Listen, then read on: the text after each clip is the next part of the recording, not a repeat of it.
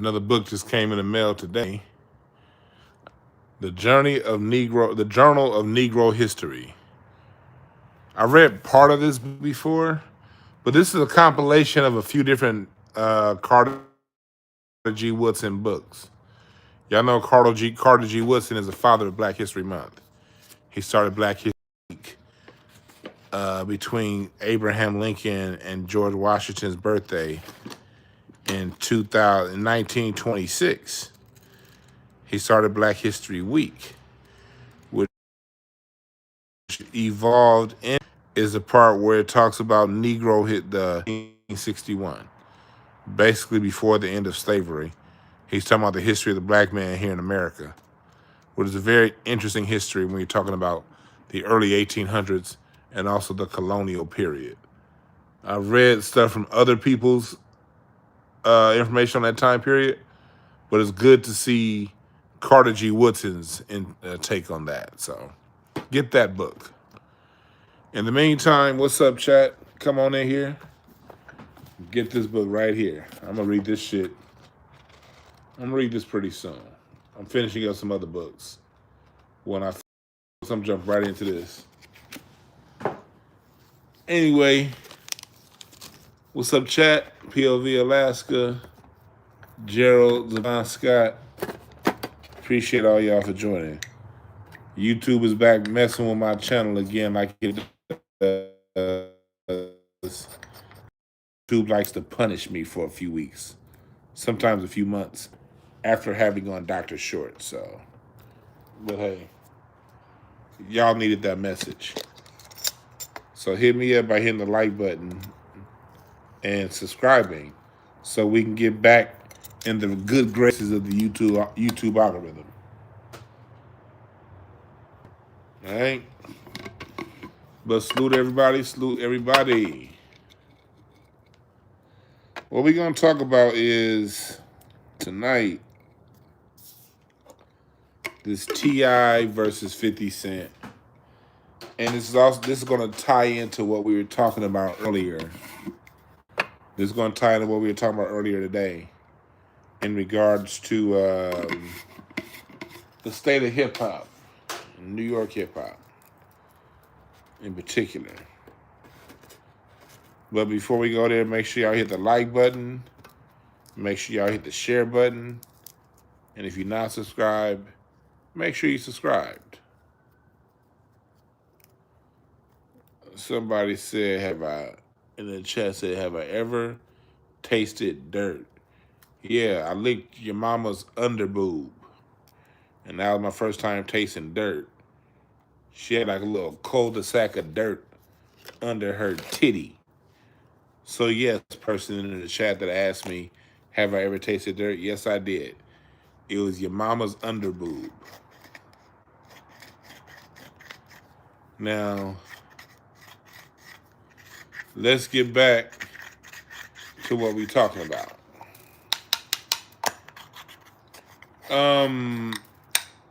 So I'm not playing video today of this. I'm on my phone, obviously. But this is how this starts. T.I., in the spirit of good music, challenged 50 Cent to a versus. T.I.'s catalog versus 50 Cent's catalog. And if I may start and give you guys my prejudices off top, I don't like neither artist. Is music. T.I.'s music. If T.I. never made a song, if 50 Cent never made a song, I would not have known the difference. You know what I mean? I heard the extent I listened to both artists was when I would be in the club back in my clubbing days. They both made a lot of hot club music back in the prime of my party days. But that's the extent I would listen to their music because neither artist interests me. They both came at a time to where music was definitely on the downswing, black music. And I was never a fan of glorifying the trap life, you know? I'm not about to glorify something that's called literally a trap. And so I'm not about to sit here and act like I'm a fan of either artist. So my point of view is very, very much so objective when it comes to this on the level of artistry. I don't like either one, honestly. Now, a lot of y'all, somebody said, I ain't like the massacre. Well, I don't like something called the massacre. I'm cool on a massacre. Unless you massacring the people who put us in this position. I don't want to hear it. Get rich or die trying? Why the fuck do I care want to listen to that? No disrespect to the person who asked that question, but 99% of people die trying because rich is only reserved for a few. I remember when Get Rich or Die Trying came out. I'm like, I'm not about to watch that. Oh, and I was what, 22, 23? I'm like, I'm not about to watch that movie. I'm not about to listen to the album because this is a trap. I wasn't stupid when I was in my 20s. I knew, I'm like, oh, this sounds like some trap. This sounds like some bullshit. I recognized that then. Get rich or die trying. The fuck kind of message is that to my people? Most people ain't gonna get rich. So what's gonna happen? They're gonna die trying. And too many brothers and sisters, too many brothers died trying to get rich. I like messages of take care of your family first, everybody else second. I don't hear no shit like, you right about that, Landon Dallas. Back in the day, people really would call you a hater for saying, oh man, I got called a hater a lot. That's why I could take whatever y'all got from me on YouTube, nigga. People, I talk like this in person with people. And when the shit was new. So you know I took some bullets for this. You know I did. So coming to the internet ain't shit. Coming to the internet talking like this, for me, that ain't shit. I talk like this in person.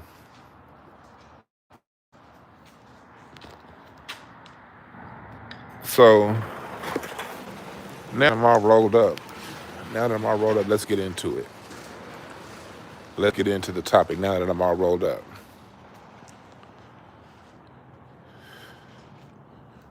Oh.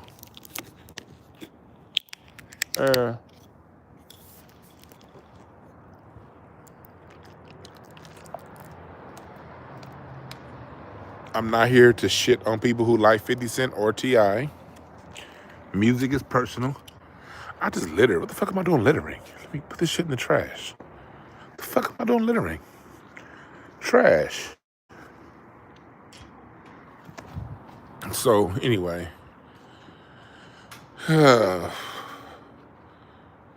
let's get into it.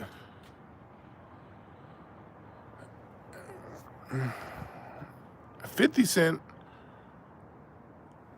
That's real talk, Urban. So this all started with T.I. challenging 50 Cent to a versus, okay?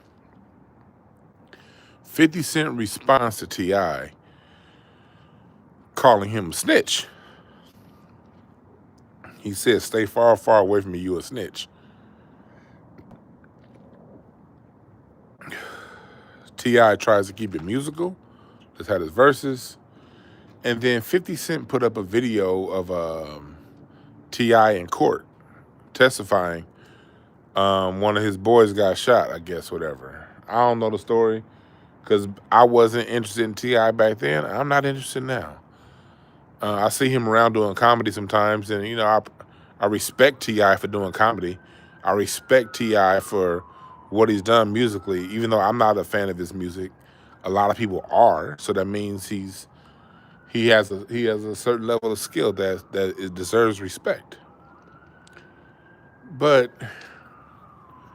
T.I., the issue is, and so that's fine. So 50 Cent puts up the video of T.I. in court talking, And then he put up another video of T.I. He was doing a commercial down there in Atlanta for a tip hotline. And he was saying, if you got if you have tips on people's mamas, daughters, aunts, and uncles getting something happened to them, call quote whatever tip line. And 50 Cent posted that as if it was negative. And I was thinking,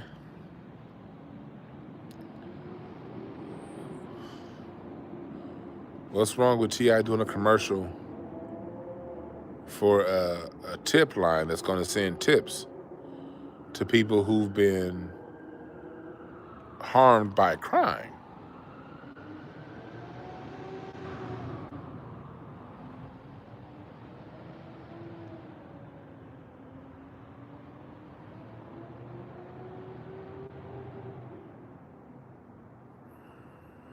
Like, chat room, am I missing something?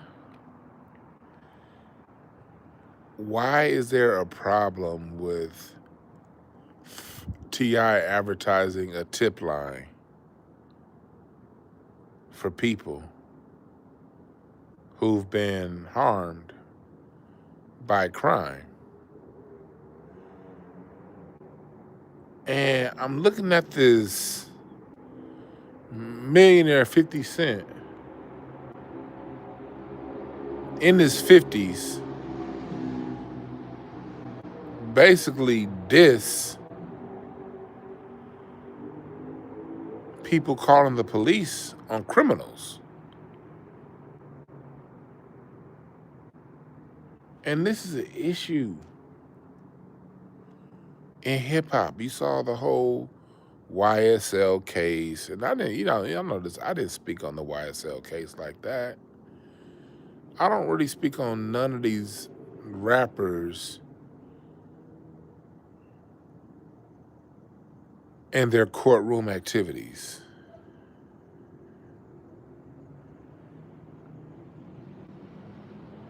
Rappers are artists. Why? That means by default, you talk for a living. Y'all, especially when you listen to the music that these guys that are these quote unquote no snitch dudes, every story you tell in your music is a street story. Almost every story you tell is either fairy tale, it's fairy tale with a hint of truth. And that hint of truth is telling people stories. And you're converting stories of people, of your life story, people you grew up around, and putting it into song.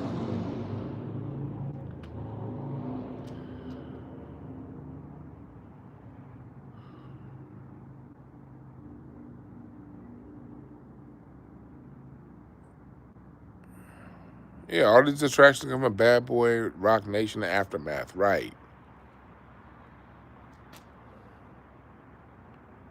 And you got 50 putting that message out there and this 50 Cent who has literally had a TV show at one time about a dude that got himself out of jail.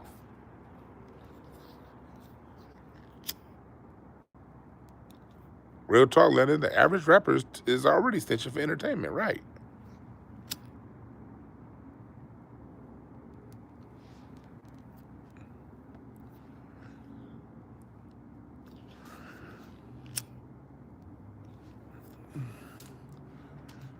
So that leads to the question, this whole snitch talk in rap. Yo, rappers, it's done. All you niggas is snitches. All y'all. The gangsters are gangstering. Like, this doesn't. And again, I told you, I'm not even a fan of T.I.'s music. I thought trap music was bullshit. Especially, I don't like trap beats. Trap beats are boring and repetitive. There's nothing interesting to me musically about a trap beat. Some of the least interesting music production ever put together, if you ask me. Again, I'm not if y'all like it, cool. Nothing wrong with liking it. If you like trap beats and trap production, and trap rap. Don't argue with me. Enjoy yourself. Enjoy yourself. But the trap world wasn't my world, and those beats are trash if you ask me, all of them.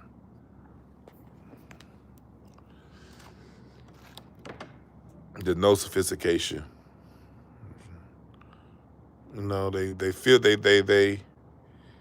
have a cool little drive to them, whatever, but it's too repetitive. It's too flat. The snares in trap music is always flat. Trap snares are so flat. It's like a stick hitting a piece of paper.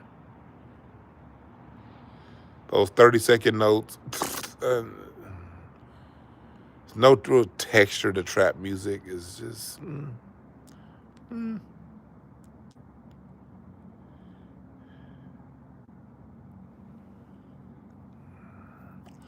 But again, I'm from the West Coast. Trap, that's y'all Southern shit. That's y'all culture. That's y'all subculture. And so y'all, you from the South, you know, you from Memphis, you from Atlanta, and in areas where they call that the trap, then that's your shit. LA never got into trap. LA never got into drill. You know, we got our own culture out here.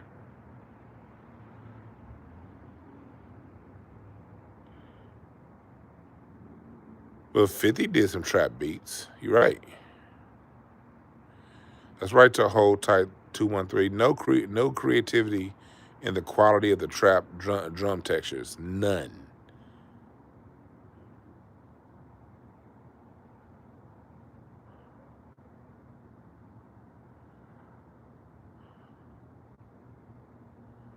None. No texture in that music. No, it's not trap production. Music production is just it doesn't capture my imagination.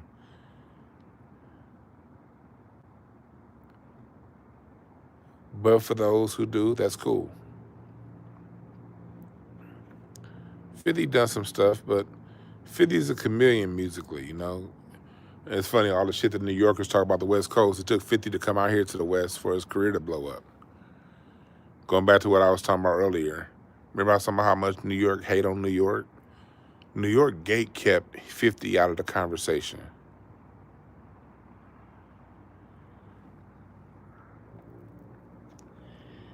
New York gate kept 50 away, so 50 had to come out here to LA, come out here to the West.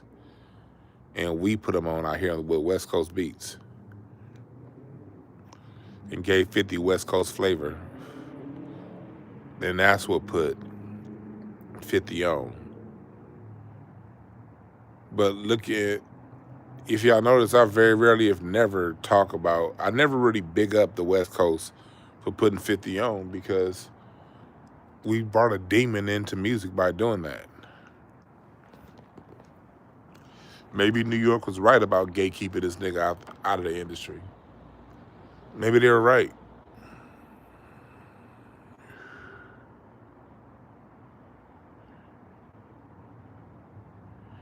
Maybe New York was right to gatekeep him out. I don't know.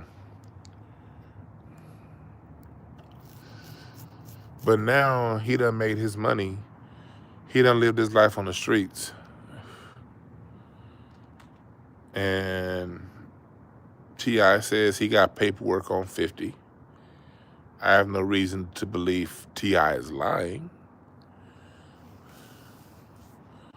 50 was a stick-up kid. He was a stick-up boy in New York. I'm sure that stick-up nigga ratted on a few people during his day. Especially when you look at how much 50 talks. As much as he's always putting people's business out there on Twitter, as much as 50 puts people's business out there on Twitter, you don't think he did the same when he was running the streets? That nigga's a gossip queen. 50 is a gossip queen. Now he's leading this crusade against T.I. for snitching.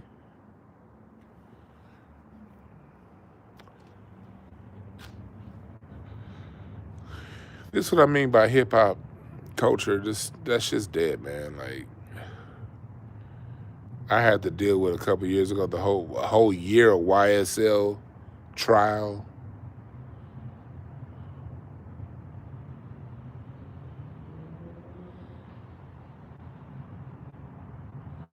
He said allegedly 50's reason why Jimmy Henson was locked up. Allegedly, yep. Also why he got popped, allegedly, yep. From what I heard, I don't know, I wasn't there. I was watching Doggy Diamonds TV, and Doggy Diamonds had an interview with Benzino talking about how 50 Cent got stabbed up at his studio.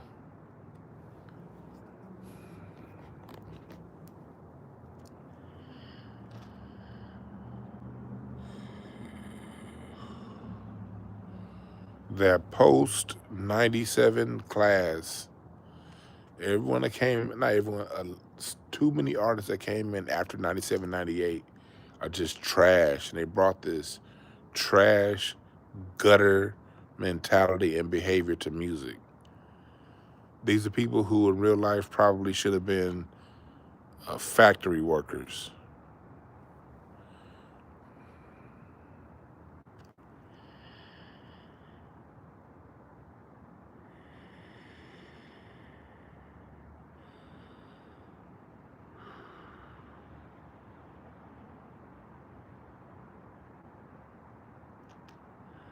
You say he got locked up because of the song Ghetto Quran. All the Supreme team got locked up. Yep, from what I heard.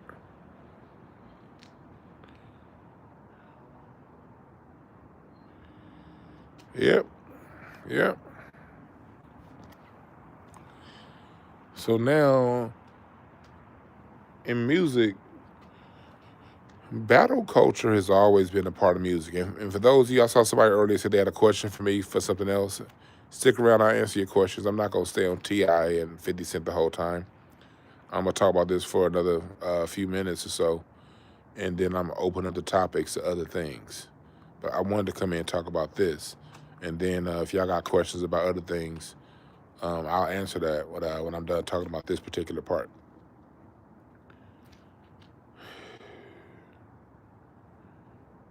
But 50 Cent, when we look at what started happening in the music in the early 2000s, you really started bringing in kind of like all the retarded kids got music contracts during that time. It's like the retards who could rap good enough, but they didn't have the level of depth of the guys from the 90s. They all started getting deals. Game, Tony Ayo, 50. You got people like, you just look up, they're all online right now.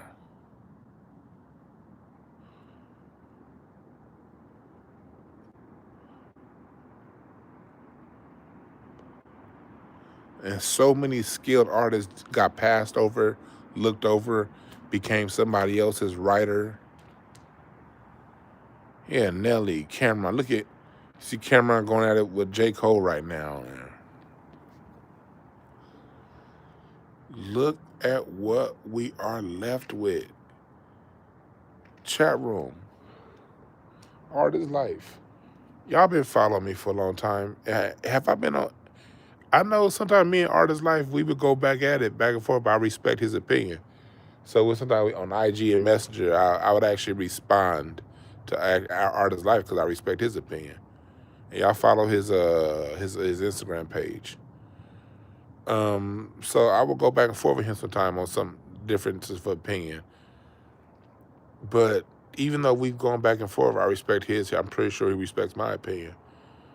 But have I not been on the needle when it comes to this? Focus on the rappers who came in the game after 97. The music industry lowered the standards. And with the lowering of the standard, because black people the culture no longer chose who got to the top after the 1996 Telecommunications Act. And get ready, because next week, we're going to have multiple shows breaking down the 1996 Telecommunications Act. And we're going to go really deep on Patreon. So if you're on Patreon, y'all know Patreon, I don't post consistently. I tell y'all that before y'all subscribe. My Patreon is a music university. It's an archive.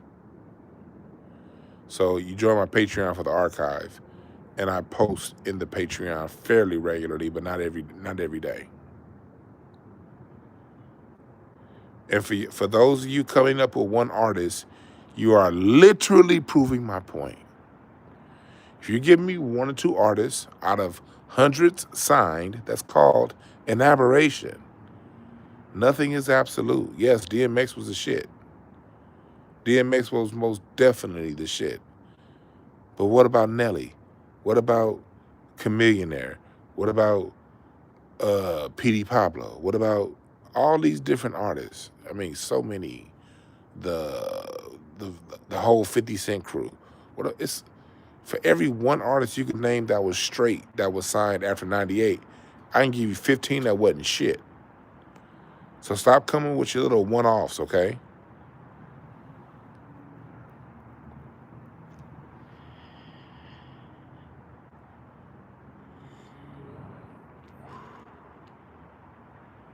A one-off is exactly what that is, a one-off.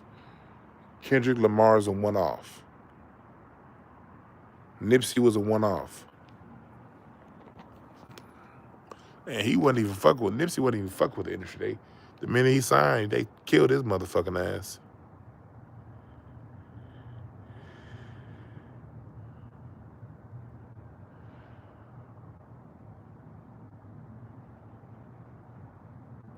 But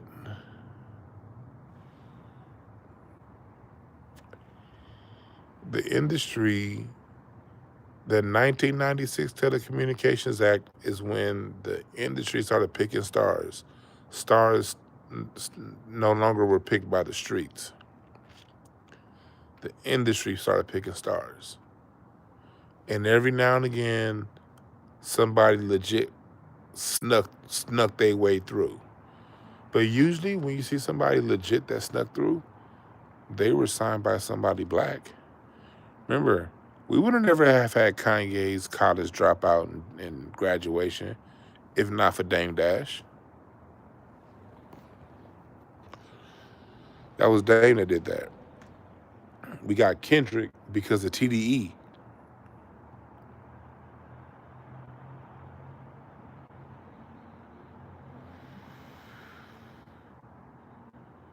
The people, the most of the people that you can name that was legit post 97 had a powerful black person in position that got them there.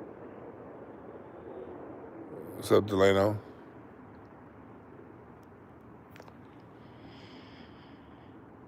Yeah, Jay wanted Kanye to only be a beat maker, right?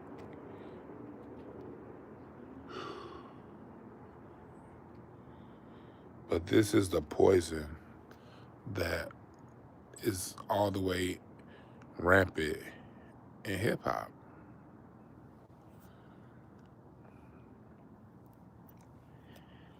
This is the poison. Now you got a grown ass man in his 50s. Somebody said I don't rock with Eminem. You rock with Eminem? I don't like drug addict rap. I can't relate to Eminem. He talks about his mom and shit, doing drugs, and his trailer park relationship with his daughter. I'm cool. I can't relate. I can't relate to Eminem. I love Dr. Dre's production though, and Nate Dogg on the hook.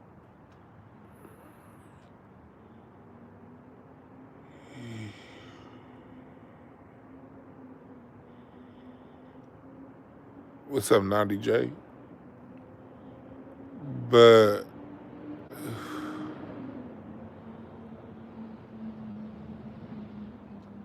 you see what got unleashed after that 96 Telecommunications Act. And now, see, before the internet, it used to be when before the internet that when you were done selling records, we didn't hear from you anymore. You would just,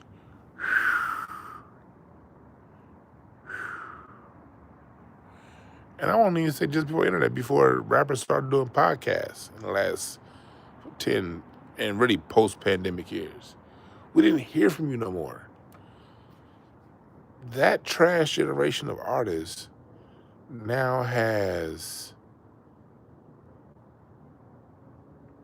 the internet and YouTube and Rumble and TikTok. So when we thought we was done with these niggas because they can't make hits no more, now they all on Instagram and Twitter talking about something, you a snitch. Yeah, nigga, I hope more 50-year-olds snitch. We need more. I believe in telling. And people talking about all this whole, well, if people from the streets and from the gang, well, nigga, stop glorifying gang life, nigga. If you commit a crime and you a snitch, yes, you're right. People like, man, but it's a character issue. It's a character issue, man. If somebody's in the streets doing something and they snitch, that tell you who they are as a man. And the way I look at it is, the fact that you was in the streets tells me enough. Did I say that? Once I'm dealing with, and I'm not here to disrespect people from the streets, but once you tell me you make your money from the streets, I already know that, okay, it's a certain way I gotta watch you.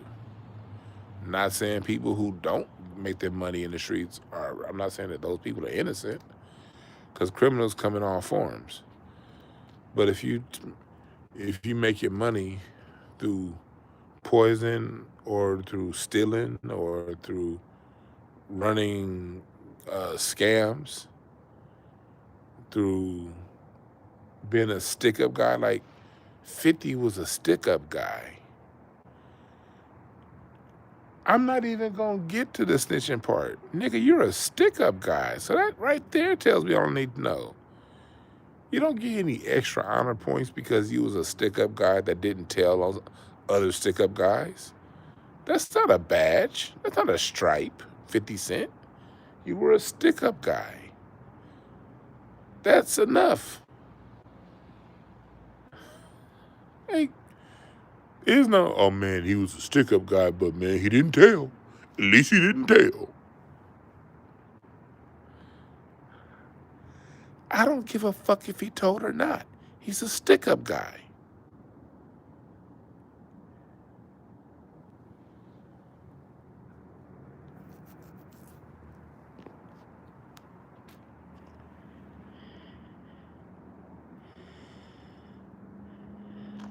Leonard says, all the people not snitching in the streets are civilians.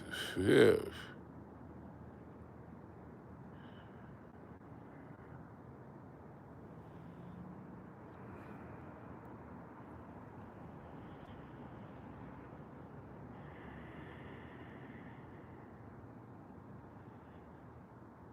You tell me your name is 50 Cent. 50 Cent is half of a whole. Nigga, that's half of a dollar. A dollar's whole. You telling me you got half of a man, you half integrity. You got half of everything necessary to live a life of true respect.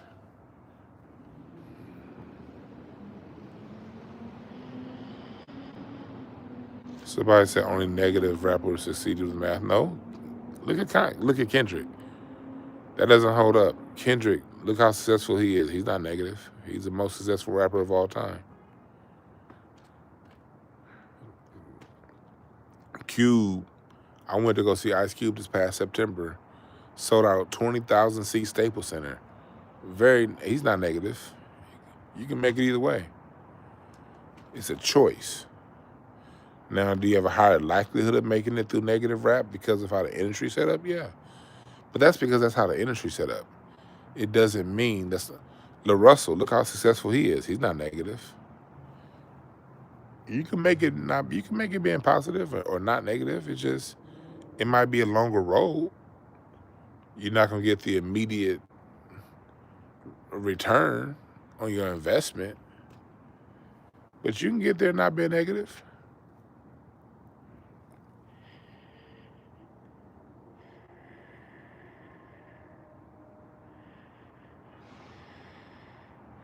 Kendrick didn't use blood affiliation. Kendrick rapped about what was going on when he stepped outside of his front door. N.W.A wasn't negative rap. See, hold tight. You listen to too many TV commercials. You don't listen to the music. Go back and listen to Straight Outta Compton. That was telling you a reality of what we were seeing on the streets here in L.A. It was called message music. That's what N.W.A was called when it dropped. Message music. This was the reality when black people stepped outside our front doors in L.A. This is what we were seeing. That's what N.W.A was doing. What they were seeing was so vulgar. People who aren't from LA, especially haters out of New York, took that as, man, look at what them LA dudes is talking about, man. They bringing all that negativity to the music. No, they're rapping about it. Common, not negative. Common's very positive. He made it.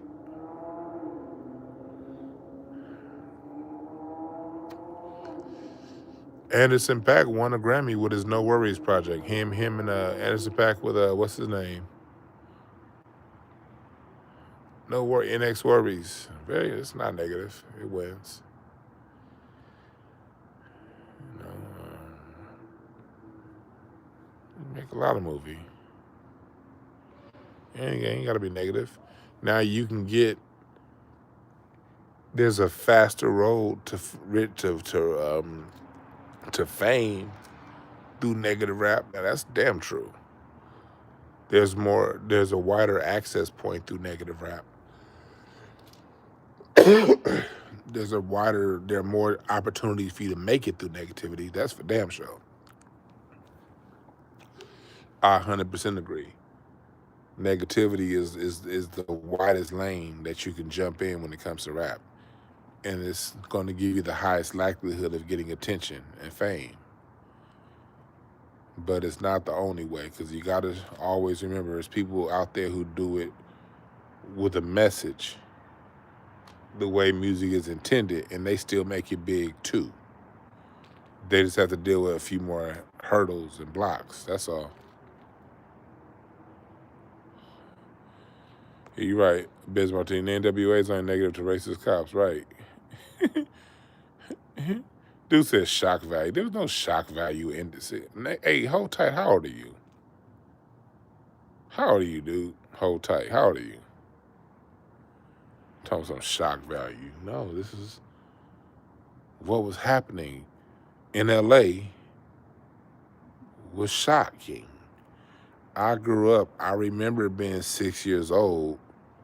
See, yeah, hold tight. You're 36. You weren't even born when all this. When N.W.A was talking about what they were talking about, you weren't even born. So you didn't see this. By the time you came around, the LAPD changed its policies after the LA riots in '92.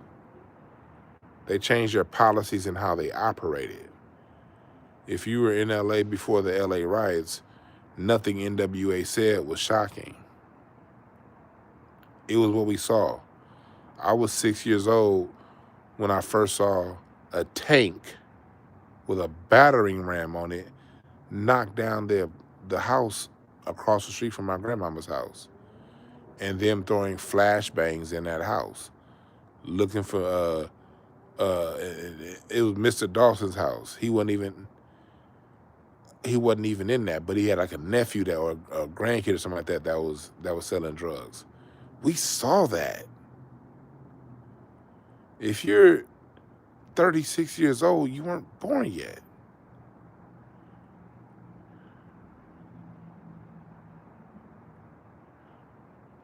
Yeah, TRT, the battering ram. Like, people always want to talk about N.W.A. Y'all weren't even here. This is what we saw. Crack came out of nowhere. Crack literally destroyed neighborhoods that weren't ghetto 5 years ago. I remember when I was a young kid, there were no gates on the block. Everyone's grass was green, but by the time I got 7, just between the ages of like 4 and 8 on my grandmama's block, the whole block got gates. Grass started getting dirty. Like, the shit changed, and it changed fast.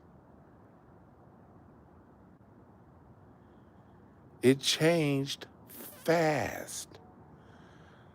And N.W.A. was on the pulse of this very swift change that we saw happen right in front of our eyes. So they did what artists do. They were messengers of the cultural shift. And that's what music is supposed to be like.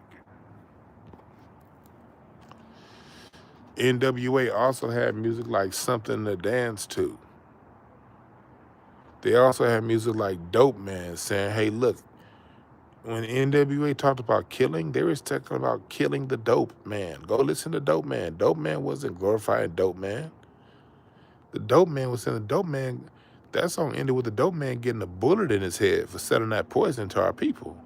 That's how the song Dope Man ended. You niggas need to listen.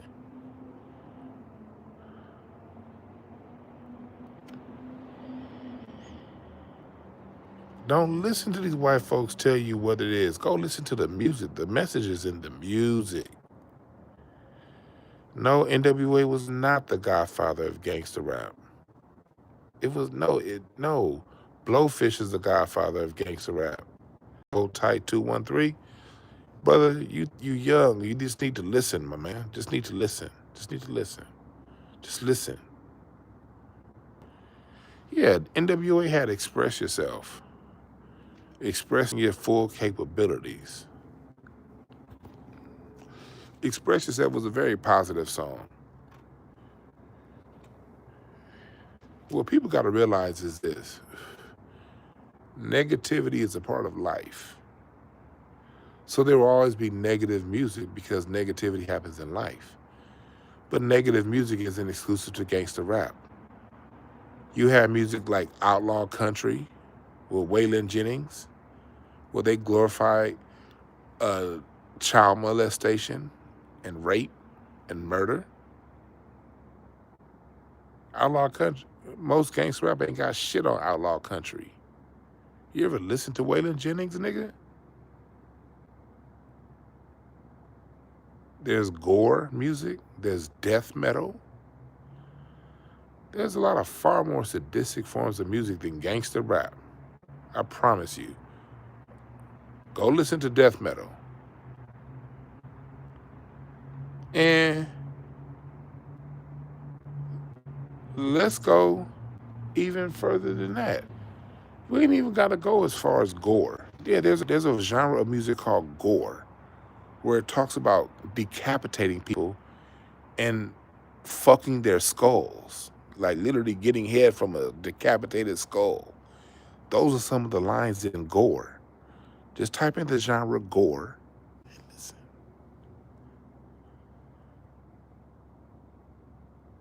Type in death metal and listen.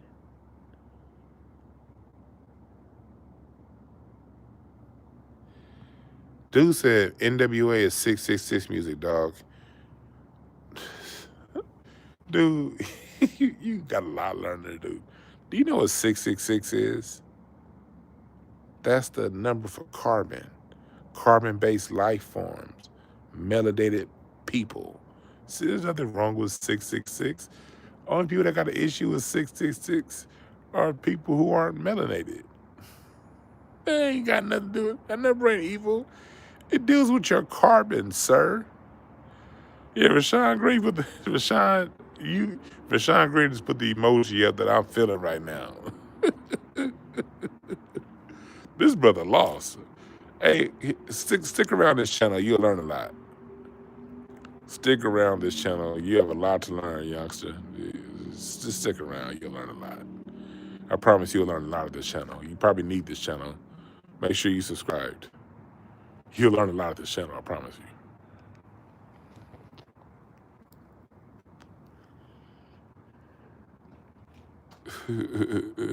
So back to what we're talking about.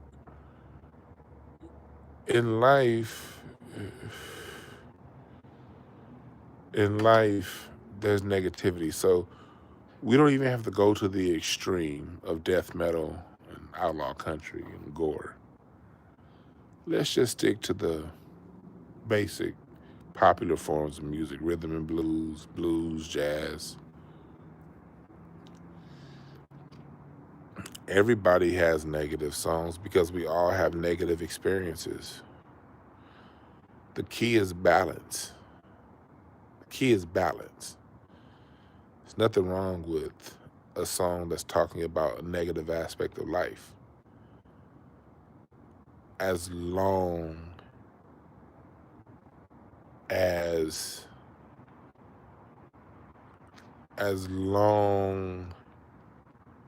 it's balanced with a positive and neutral. Some stuff is neither positive or not. Some stuff is just neutral.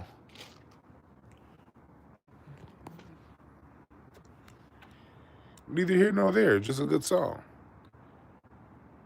But that's... Somebody says, so what? You like drill music then? Wes Jones, look, let me tell you, hey, Wes, you must be new around here. This isn't a place where you can sound stupid and get... and please, Miles, don't time him out, but that's stupid talk, and we don't do stupid talk at this channel.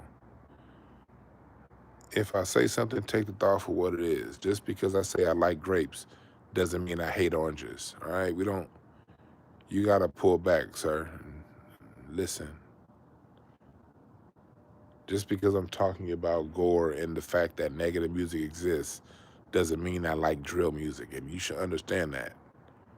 I hope you have the intelligence to understand that. This isn't a place that fosters unintelligent conversations and unintelligent questions. When I see questions that are stupid, at best, this is about as nice as I'll respond to a stupid question. Usually I cuss people out that ask dumb shit. This is the nicest you're ever going to see me respond to a stupid question like that.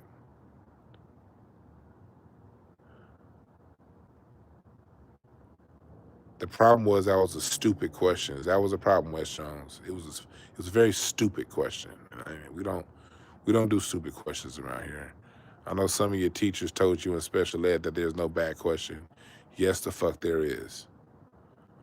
Just because I'm acknowledging the fact that outlaw rap, outlaw country exists, just because of the fact that I'm acknowledging negative music exists, doesn't mean I like drill rap.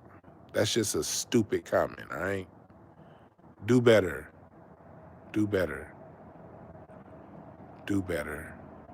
This is about as nice as I'll ever respond to something that's stupid, okay? Now back to what we're talking about. So we got to understand positive and negative exist. And there's always going to be music that acknowledges the positive and the negative and the neutral, always. The difference between what's going on now and the past is they push the negative without giving much of a microphone to the positive. The positive is something you gotta find. Earlier, and I got what you were saying earlier when you were talking about you have to be negative. It seems that way. You don't have to be negative. It's just that those who control the industry, they put the spotlight on the negative. They highlight the negative. They showcase the negative. They make it seem as if the negative is the only thing that's out there. The positive is out there too. You just gotta look in a different direction.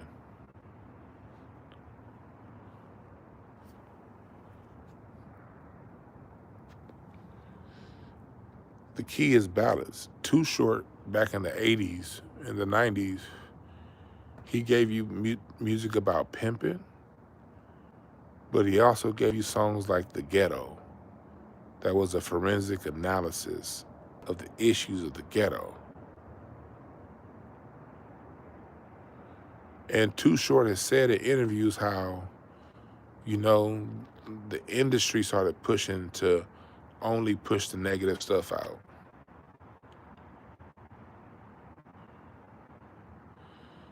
That's a good question, the 420 kid. Is the secret meeting about the prisons and the music industry real?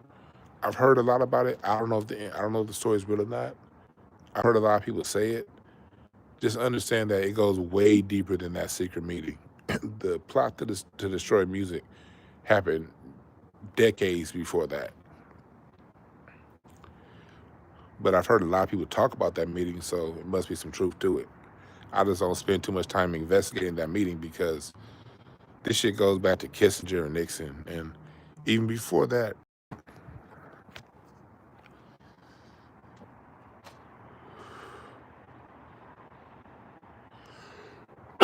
yeah, short but funky, all that. It's all about balance. And N.W.A was very balanced.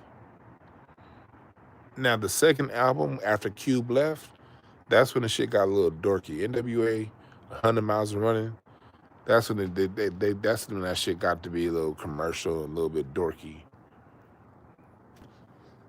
But Straight Outta Compton was a very well balanced album.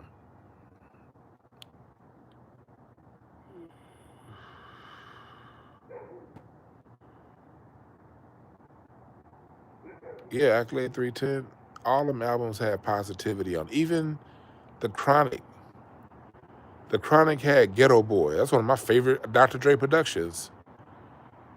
Starting off talking about black fatherhood, little ghetto boy. Even The Chronic had positivity on it.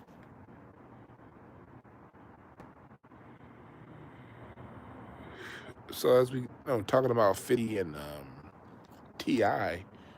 and all this shit from these artists that came post 2000.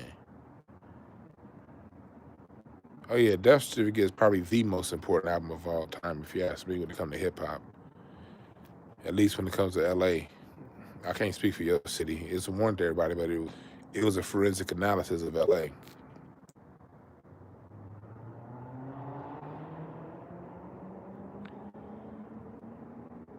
You know? Yeah, the music was cautionary tale, John. Yeah. Now, white media framed it as ghetto. And so when you get youngsters that come along later on, dude that was in the chat earlier, I don't know if he's still in here, who thought N.W.A was negative. Like, no, you're just somebody who you just consumed too much of what people who hate you had to say about to. They demonized it so much because it's probably what you need to hear.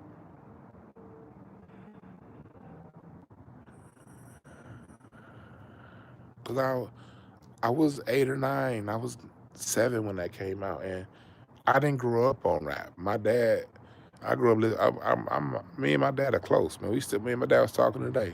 I'm my father's son. I listen to my father's music. I didn't really get into rap till way later.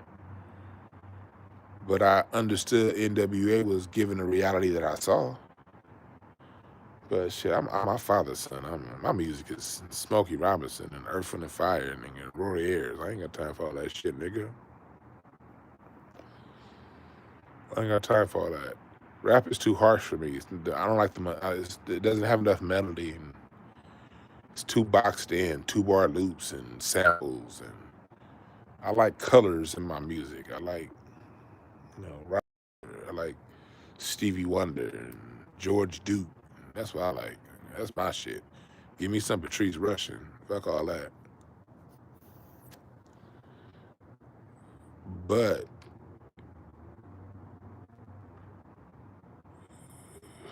N.W.A gave voice to what we saw when we stepped outside.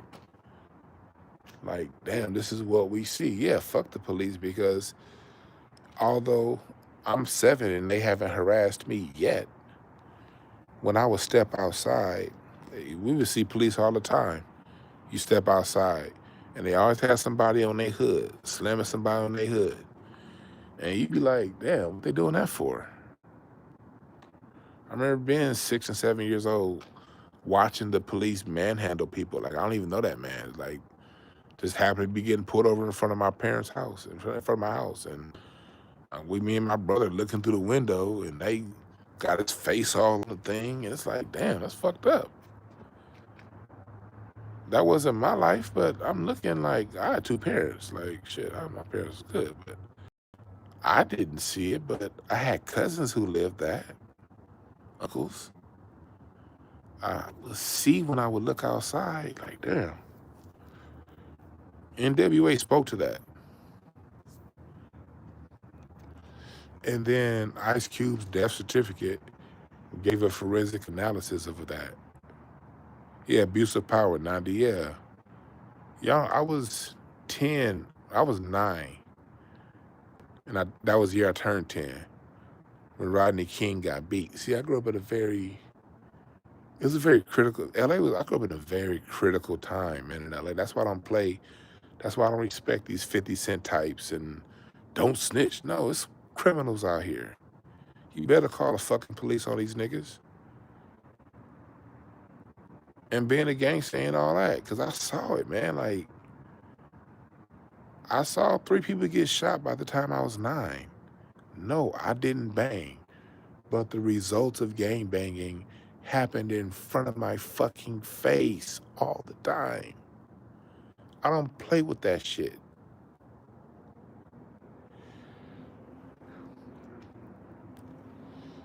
I remember the earthquake of '88 fucked us up a little bit. I remember watching in LA. See, LA was cracking in the late '80s, early '90s. You had the Menendez brothers trial. You had the Menendez brothers on TV, and then Latasha Harlins. Latasha Harlins was the first thing that I noticed that got to me. I was 1990, and I saw this black woman, black girl, walking. She's on camera, and the news here in LA played that shit all the time. She walks. She has like a drink in her hand. She walks out the Asian store owner, pulls out a gun, and over a bottle of orange juice, pops her in the back of the head. See, for you young niggas that wasn't around or were living, y'all don't know what it's like. That's why I be like, if you young, just shut the fuck up and listen to an OG talk. We had to see that shit. And the news wasn't filtered now then like it is now. So they played that image, and 8-year-old, 9-year-old Dwann sees a girl get popped.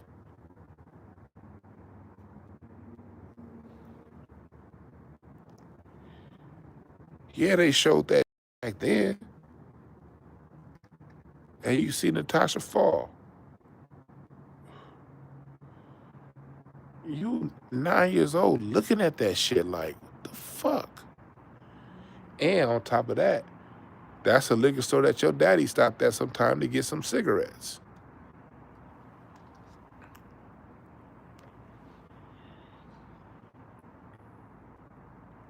Died with money in her hand. So we see that here in LA. I'm just giving y'all the social conditions that N.W.A was born out of. N.W.A was rapping to people looking at this shit. See, at the R&B used to be our message music in the 70s and the 60s. We had soul music, respect. You had, Johnny Guitar Watson, Ain't That a Bitch. You had songs in the 70s that represented our social condition, so you didn't need rap because R&B covered that territory. R&B was killed off in the 80s. R&B went from covering the territory of watching what's going on to a whole bunch of "We got love, times love." I love that song. Salute to George Benson. But that's all we got out of R&B in the 80s was a whole bunch of Baby, can you stop the rain? We got that. So hip hop came in to replace what R&B stopped doing, starting with the message. Hip hop replaced what the industry took from R&B. So what gave rap hip hop a foothold in music was it was giving us a message that R&B stopped giving us. The R&B went totally into just, and it was good love music, but not talking about shit. When Luther Vandross got on, I love Luther, but Luther never put out anything like Marvin or Teddy Pendergrass. Marvin Gaye, What's Going On, Teddy Pendergrass during his time with Harold Melvin and the Blue Notes gave you nothing but conscious music. Teddy P and Marvin gave you consciousness. Stevie Wonder gave you consciousness. When Luther came along, he gave you the greatest voice of all time, but there was no talk about what was going on. So I'm giving y'all the environment of why N.W.A was what it was. So you got Latasha Harlins. And then Latasha was like December 1990. Chat room, check my memory. I'm just going off memory. Latasha was December 1990. And then Rodney King got beat April 1991. March 1991 was Rodney King beating. And then the riots was April 1992. Check my numbers, chat room, am I right? I know I'm not far away. Because it was like Latasha Harlins, Rodney King. It was like back to back. So now, I didn't hear Straight Outta Compton when it first dropped because I was 7. Okay, I'm right. My numbers are right. I'm telling you all this off the top of my head. But after Latasha Harlins, I remember my brother playing Straight Outta Compton from N.W.A. And my cousin Corey, rest in peace, Corey. My cousin Corey had moved in with us. My cousin Corey he was Nina Boy's big brother. Corey moved in with us. And Corey, he was Fruittown, BPS, Fruittown back where he's living, but then my neighborhood was BPS, so he'd be with them niggas. So the streets moved in our house. And I remember my cousin Corey playing Straight Outta Compton after Latasha Harlins got shot. And the 9-year-old Dwann, everything I was hearing made sense. Not because the police treated me this way, because I wasn't old enough yet. But they did treat my uncle that way. They treated that man. I'm riding my bike and I see this man getting yanked out of his car and beat up. They treated him that way. That's why I'll go to the mat with any New York nigga that want to talk about, or Southern, or any Southern nigga, West Coast nigga. I'll go to the mat with anybody that want to talk about N.W.A. And N.W.A wasn't my favorite group. My 2 favorite groups of all time, my 3 favorite groups are Outkast, The Dog Pound, and Tribe Called Quest. I don't listen to N.W.A. like that. I love Cube. My favorite groups are Outkast, The Dog Pound, and Tribe Called Quest. Those are my top 3 that I listen to the most. I'm gonna listen to I love me some Tribe, boy. And Outkast, they're just the gods of, so that's my personal choice. But Straight Outta Compton made a lot of sense to young me. And then Death Certificate is the magnum opus of anything hip hop. Death Certificate, Death Certificate is that's a hip hop level. That's hip hop's version to me of Songs in the Key of Life by Stevie Wonder for R&B. Songs in the Key of Life is probably the perfect album. That's the Way of the World, Mothership Connection. There's certain albums that are just, they're pinnacles. And I look at Death Certificate the same way because of its lyrical content.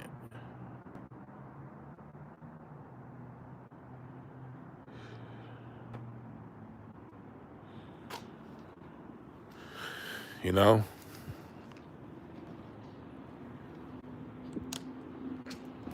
But that's what's missing out of music now. And that's what we didn't get from 50 Cent. We didn't get balance from 50 Cent. When 50 Cent rapped about getting money, he talked about, nigga, you basically gotta die to get it. He didn't really give up any game.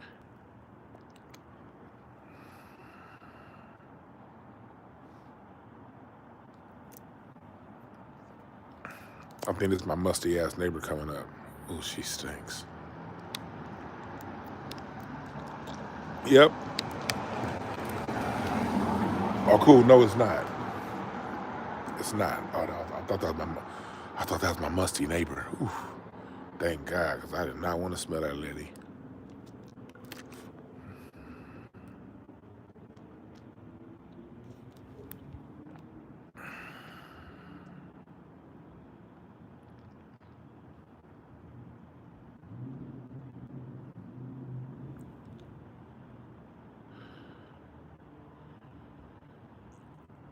But that's why we have, yes, it's the balance thing, Wes. It's not about luck. Everybody, I get negative music is going to exist. It is what it is. Hip hop is a spoken word version of the blues. Go listen to the blues.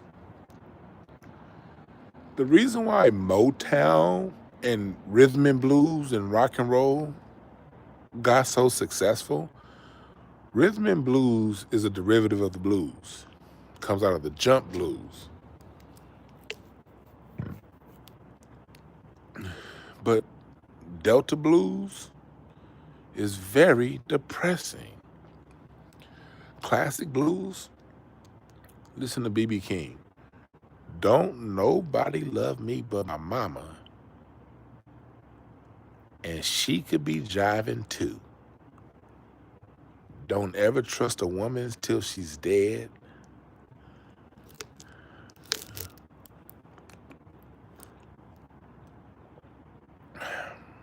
Blues is very depressing. Memphis Slim had a song about starting a bar fight. I forgot the name of the song, but it's a blues artist named Memphis Slim. The name of the song always escapes me. But he had a song about looking forward to Friday night to get drunk and start a bar fight.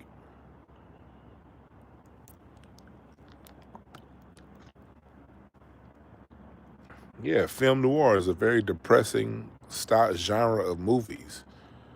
There's genres that express the negative aspects of life more often, and that's where hip hop is kin to the blues. The blues is an expression, although there's positive too in the blues and there's positive in hip hop. The overall arch of hip hop is a spoken word expression of the negative experiences. It's a spoken word version of the blues. The blues was that's why it's called the blues. Blue means down. It's heavy.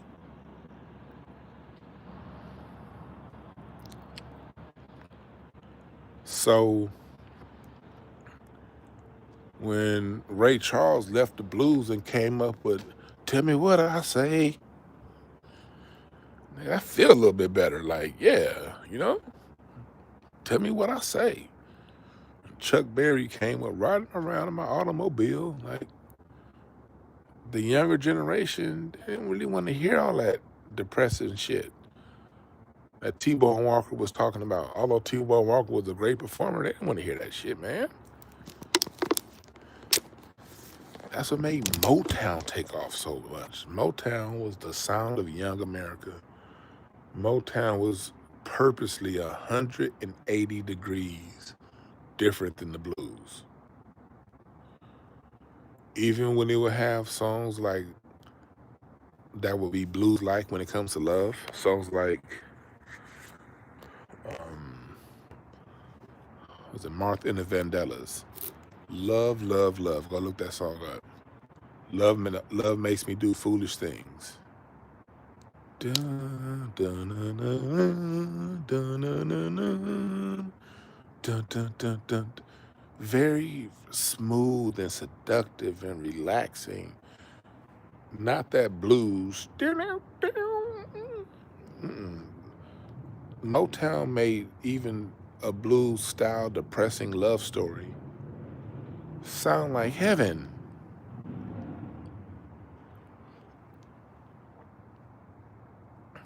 So Motown's stick in a lot of ways was being anti-blues. We're not gonna do none of this depressing stuff. We're gonna make you dance.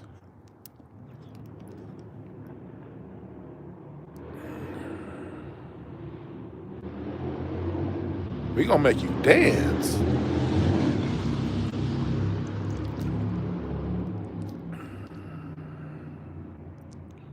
What's up, Sonya T?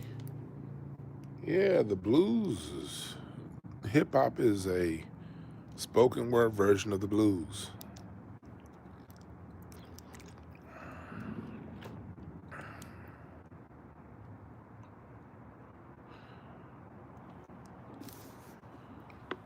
But the reason, going back to N.W.A, the reason why mass media has such a bug up in their ass about N.W.A was because N.W.A revealed a truth that nobody wanted put out. Y'all gotta remember, crack started here in the West. We got crack before the rest of the country. SWAT teams that you see around the world now started in Los Angeles, California. Black people were the first people that SWAT teams practice on before the rest of the world got their SWAT departments. The reason so many, this y'all gotta understand, and I might do a show breaking down the consequences of N.W.A.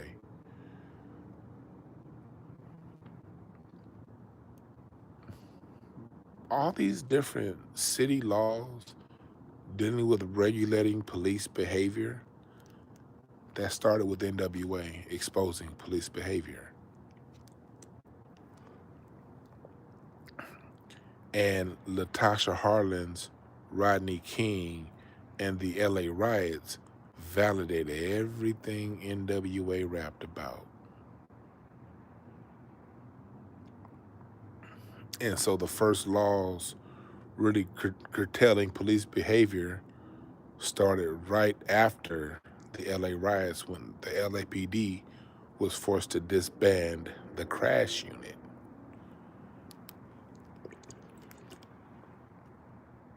The LAPD was forced to get rid of the battering ram.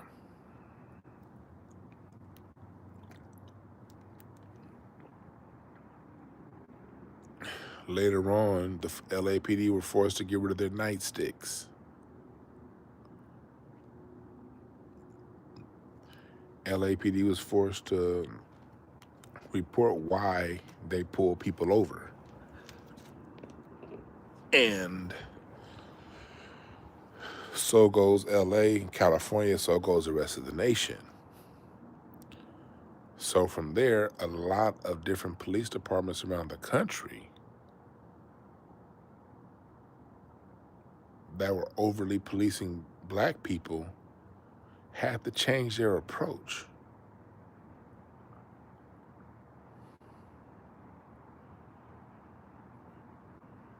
But that started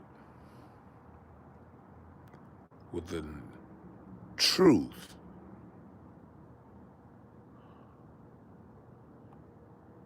the N.W.A. put out to the world. I know about Toddy T, but Toddy T stuff stayed local. N.W.A.'s went out to the world. We on the West Coast know about Toddy T. The world knows about N.W.A., so let's stay focused.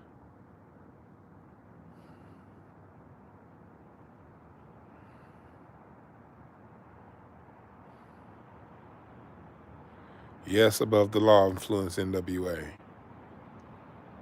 G-Funk started with Above the Law. And Dr. Dre was doing techno beats before Above the Law brought in G-Funk. We know about Toddy T. The world knows about N.W.A.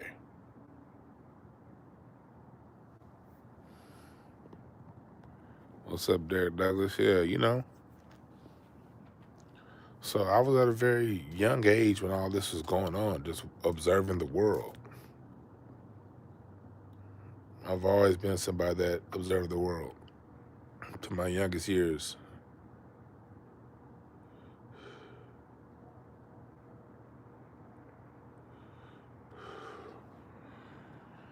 N.W.A. broadcast to the world what was going on. Then the movie Colors came out. Then Natasha Harlins. And then O.J. After the riots, 2 years later, we had O.J. Run, O.J. Run, nigga. He ran on my birthday. That O.J., the case, that day when he was running from the police, yeah, that shit happened on my fucking birthday. My birthday, we watching O.J. run. That's how L.A. I am. I spent my birthday watching O.J. run down familiar freeways.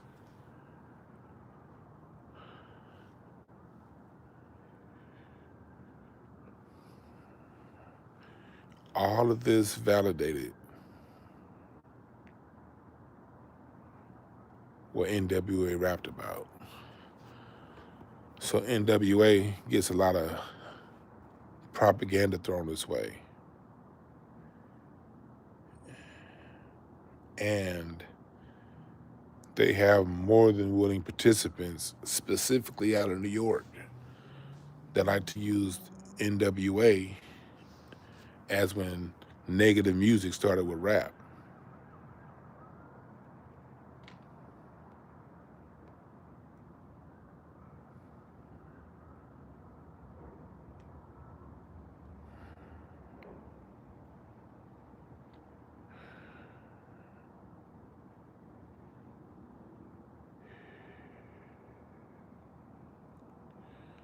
You asked me, have I ever faced racism dating a Latino or Asian? I ain't never dated no fucking Latino or Asian.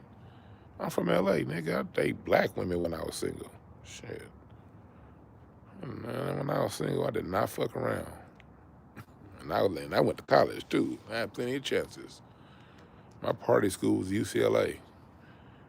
I went to Cal State Northridge, but I partied at UCLA. Nigga, no. I would find the one black girl at the party. I'm good. I learned later on just to bring one of my black homegirls with me. I learned that. Or have a fun time at the party with my boys and call one of the black homegirls when it was over with. But I was not about to go home with Becky. No.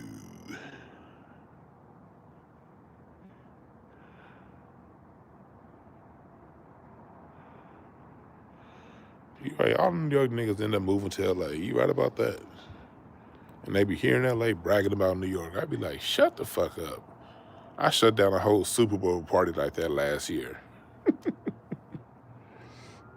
I was at a Super Bowl party, and it was the New York. Me and her real cool. One of my close New York friends. But you know, the New Yorkers be finding each other, so everybody at the party from New York. And they got talking about how important New York was to hip hop. I was like, man, hip hop wouldn't have gone global without MC Hammer. They was like, I said, yeah, because you niggas was too busy hating when he did that KFC commercial to recognize that he opened the door for you, for the nigga y'all like the most, Jay-Z. There's no Jay-Z without MC Hammer. Them New York niggas was hot. But you know what? They called me a hater, but they couldn't call me wrong. I don't mind being called a hater, whatever. That's being called a hater is just how people deal with their own cognitive dissonance. I'm coming and fucking up your cognitive dissonance, making you mad. So you calling me a hater is just how you deal with it. That's fine. As long as you don't prove me wrong, I'm good. Now, if you prove me wrong, I got a problem.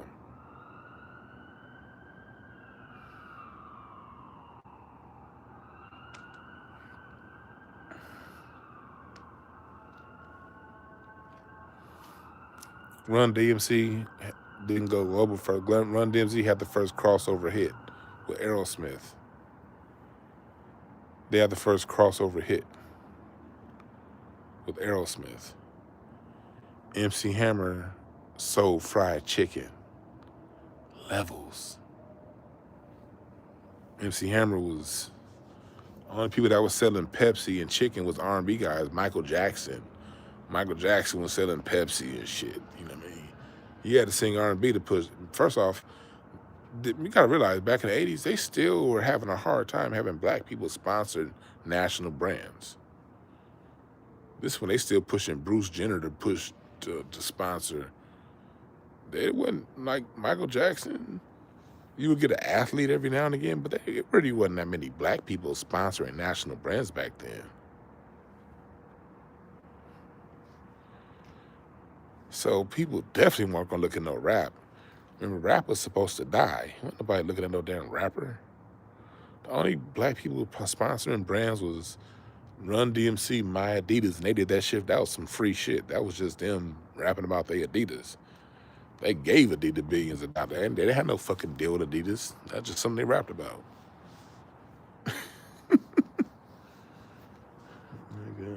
MC Hammer said, "Give me the check," and it was considered whack. People like Q, Too Short, a lot of people went at MC Hammer. MC Hammer took a lot of heat from hip hop. You selling us out. They was calling MC Hammer a sellout. Him getting that national deal actually hurt his credibility in hip hop. Let's tell the truth, shame the devil. Holla if you hear me. Press #1 if you was there and remember this shit. MC Hammer getting national TV deals. Paul Mooney had a joke about it. In Living Color went at him.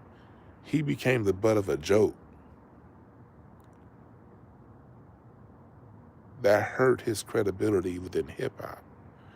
Because hip hop was supposed to be for us, for the people that don't get a voice. Now you just like them R&B guys. That's really what hurt Hammer. That hurt him. But it opened up a door for hip hop. What happened after that? You know what else opened up a door for hip hop? Two other things that happened in LA. Really, three other things that happened in LA opened the door for hip hop. Soul Train,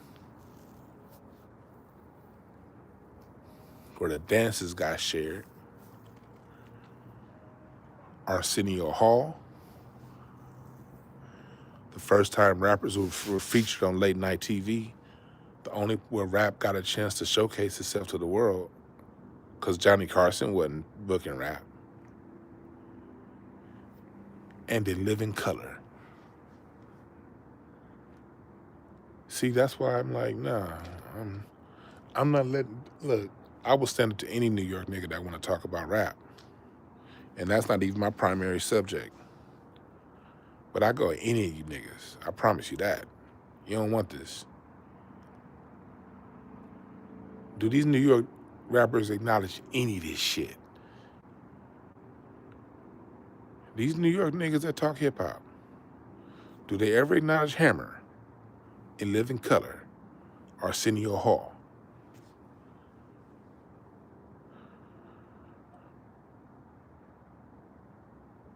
Okay, I get you don't know Uncle Jams. Okay, Uncle Jams is some local LA shit. 10,000 people showing up featuring New York rappers like Curtis Blow and LL Cool J. I don't know how you don't know, because they would bring Run DMC, Curtis Blow, LL Cool J out here. If you call yourself hip hop, you should know that, just from the stories when they get back home. But okay, you don't know that. Everybody watched Arsenio.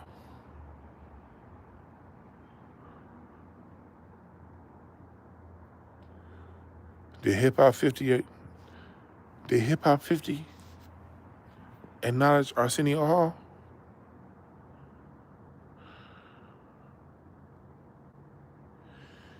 There was no YouTube back then. BET didn't showcase rap. Remember? BET wasn't fucking with rap in the 80s. These niggas will acknowledge MTV's Yo MTV Raps before they acknowledge Arsenio Hall.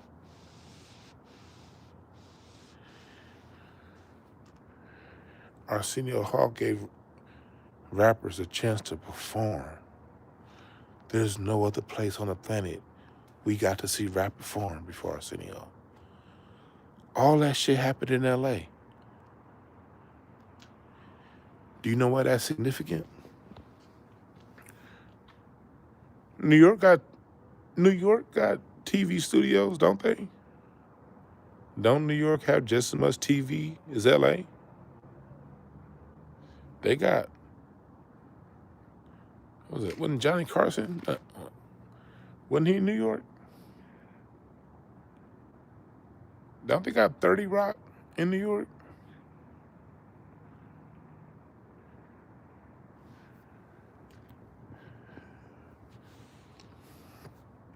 Just tell you about some Puerto Rican influence before they talk to you about Arsenio Hall.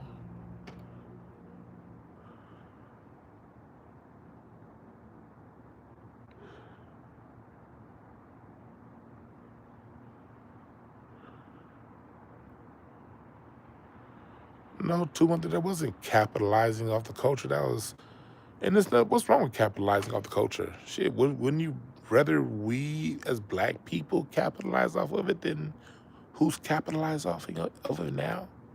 It's just a stupid comment to make. No, but it's about documenting the culture. We got documented the critical time in hip hop.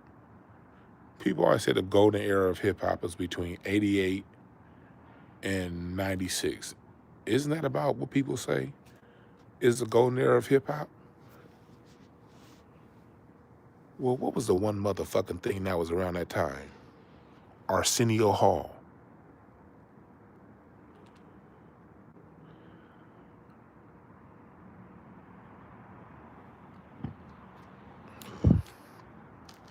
Soul Train, it was the LA dancers in Soul Train that when songs would come on Soul Train, the dances got passed around through Soul Train.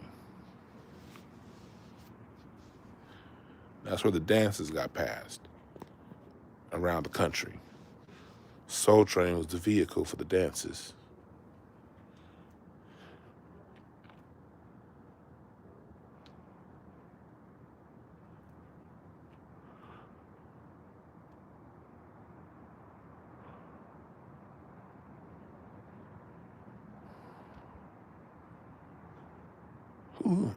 Who gave it to them? Did nobody give them nothing? Arsenio got kicked off of TV for interviewing Louis Farrakhan. What the fuck you mean we gave them something? We didn't give them nothing. Arsenio got kicked off for interviewing Louis Farrakhan. The fuck is you talking about? And think about the black celebrities at the time. The reason why the Arsenio Hall show was so big was because the 5 biggest celebrities on the planet in 88, 90 was Magic Johnson, Mike Tyson, Michael Jordan, Michael Jackson, and Eddie Murphy. And all of them went on the Arsenio Hall show. So Arsenio Hall got boosted by the best of the best. Michael Jackson came on the Arsenio. Remember, there was one episode where Michael and Eddie came on at the same time. And the Arsenio Hall got this social cachet. What's up, Malik Baird? I appreciate that yard you sent me last week. But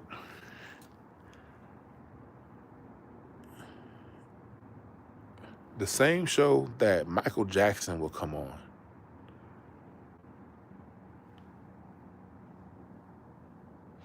the music act that night was Digital Underground. The music act that night was MC Hammer. The music act that night was LL Cool J. So all of America's tuning in to listen to this Eddie Murphy interview. But when they cut to the music, it's Kid and Play. It's hip hop.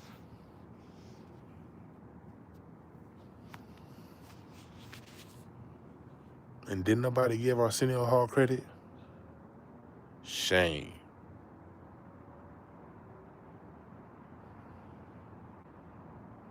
Yeah, Muhammad Ali, Sugar Ray Leonard,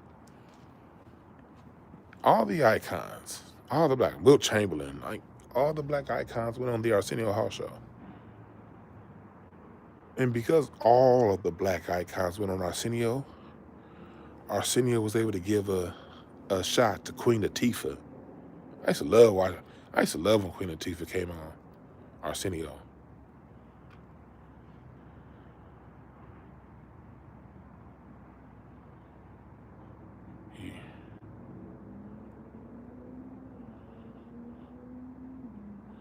You see what I mean? Arsenio gets overlooked.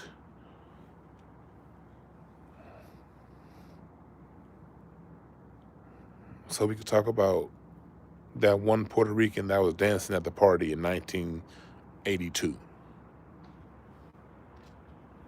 And that's why they get 50-50 credit for hip-hop being where it is.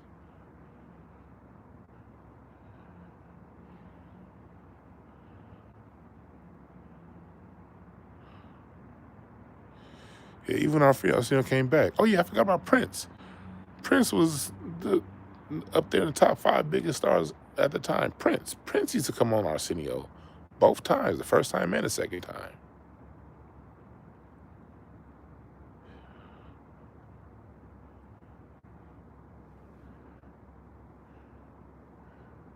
There's so much the West Coast did for hip hop that doesn't get mentioned because of niggas and they borough battles. And all these petty ass niggas want to do is fight. Going back to the topic of the day, 50 Cent. Talking about T.I. and snitching and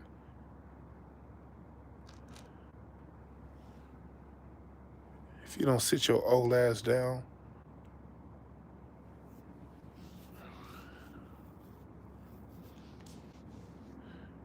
all these niggas do is fight. Itchy and scratchy show. But you got people going around the world teaching hip-hop history, and they not ever bringing up Arsenio Hall. They not bringing in Too Short. They're not talking about Rodney O and Joe Cooley, and not talking about the essence of why N.W.A. existed. They're saying, oh, N.W.A. is what brought the gangster rap in. No. This gangster environment called L.A.,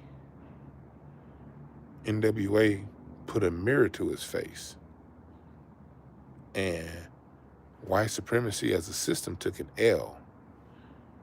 Around the country, it had to change its tactics because of the mirror because of the magnifying glass that N.W.A put on to how the police treats people.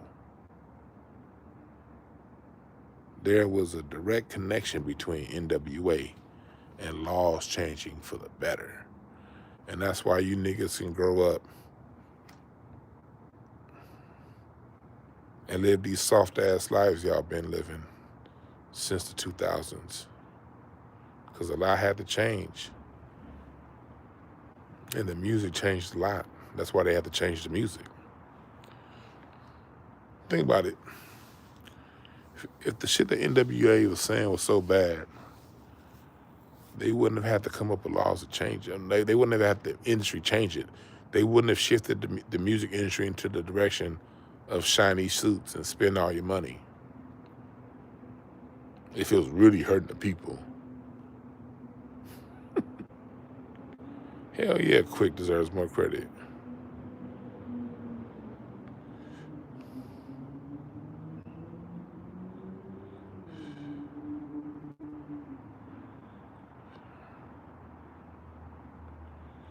So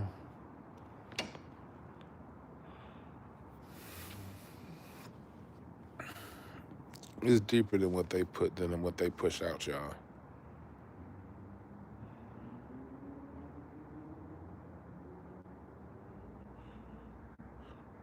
Yeah, and see, it was called reality rap. The industry relabeled it to gangster rap. And when you get to Death Row, it's N.W.A 100 miles of running. Then you get into Death Row. But you also gotta look at, that's when it got relabeled. But it was called reality rap. That's what N.W.A was called when Straight Outta Compton dropped. It was reality rap.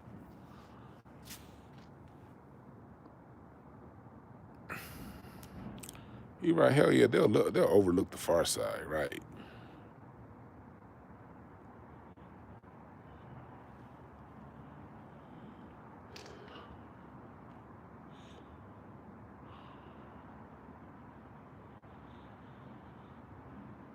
And so, oh yeah, Brian. Oh yeah, how hip hop graffiti is styled. Oh yeah, hip hop, the style of that hip hop block writing, and it's right in front of our faces. It's funkadelic.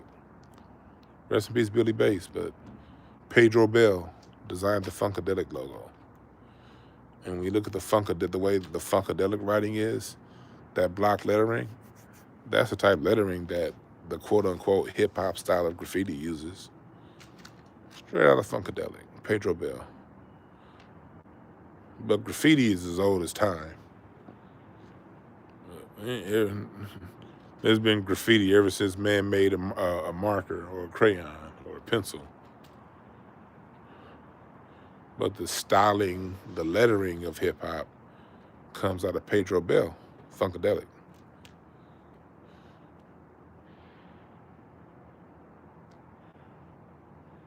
Why Black America leaving San Francisco? Because I'm sure they're getting priced out.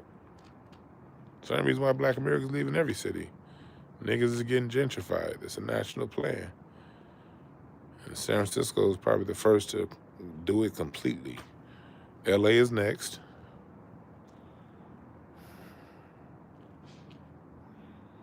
You're right, it's so much West Coast hip hop, Razzcast, Planet Asia. You're right.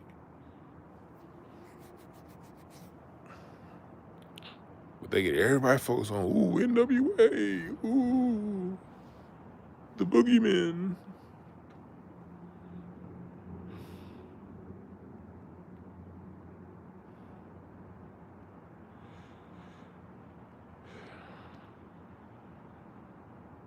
Are you talking about Christopher Dorner?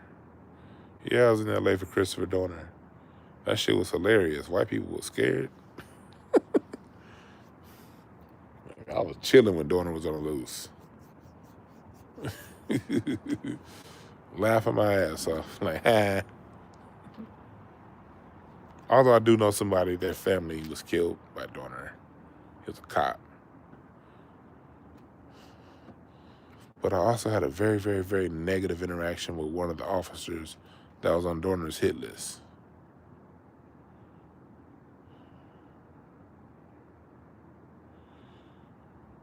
Yeah, LA has a major music diversity, but the national people only focus on the gangster side. And you know what my conclusion to that is when it comes to all these niggas and people that focus on the gangster element of West Coast music? That tells me what's in your spirit, what's on your heart. Because like attracts like.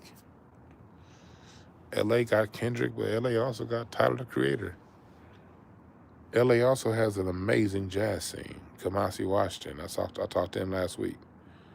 Robert Glasper, he moved out here now, but the LA scene, Terrace Martin, Kamasi Washington, Ryan Porter, Cameron Graves, you got so many.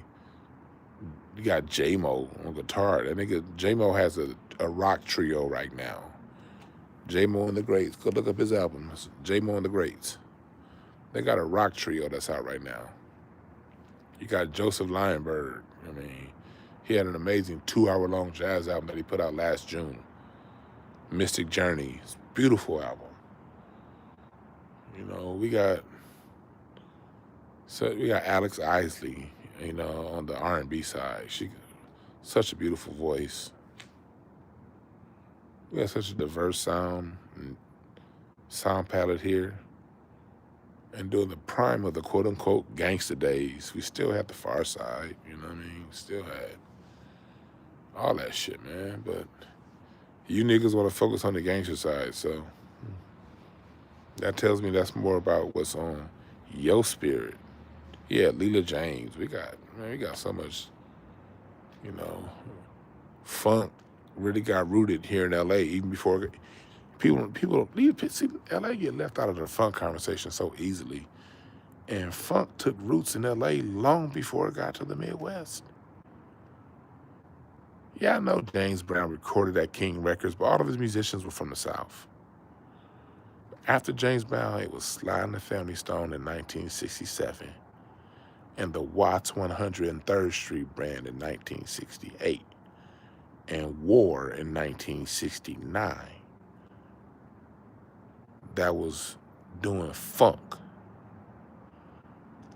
The Ohio Players' first funk record was The Funky Worm, 1972. People forget. People forget that N.W.A.'s first big hit was Express Yourself, which was a sample of the Watts 103rd Street Band song, Express Yourself. Yep, the Ohio Players were a jazz band first. But it was Watts 103rd Street Band, Express Yourself. That's one of your early funk songs. Express yourself. Dun, dun, dun, dun, dun, dun, dun, dun, dun, dun. Express Yourself. Yeah, Sarah Music Collective, Flying Lotus, right? Flying Lotus is out of LA. He does music with Kendrick.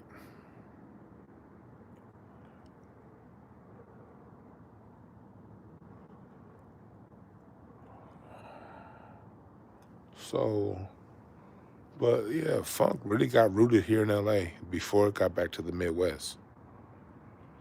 Now, once the Midwest got it, they never let it go. I definitely give the Midwest credit for that. Once the Midwest got funk, they didn't let it go.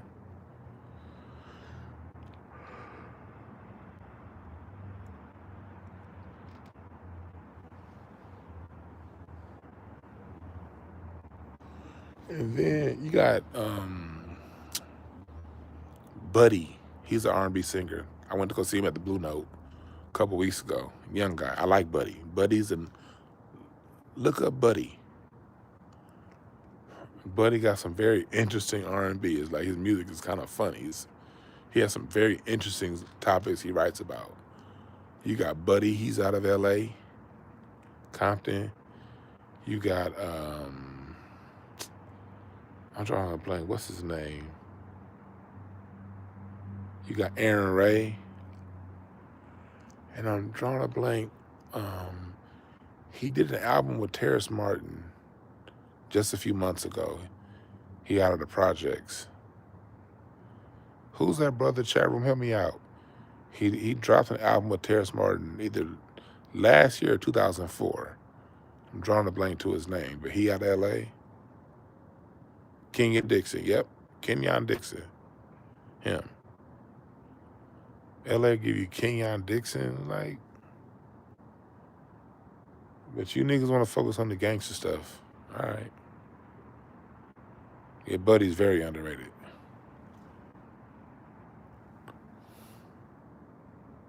Tower Power out of Oakland, yep.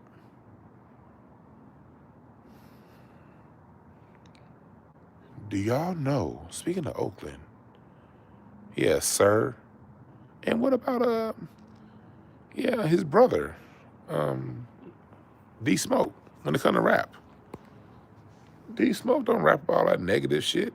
D Smoke rap about life. That's Sir's brother. They'll never want to bring up D Smoke when it comes to West Coast hip hop.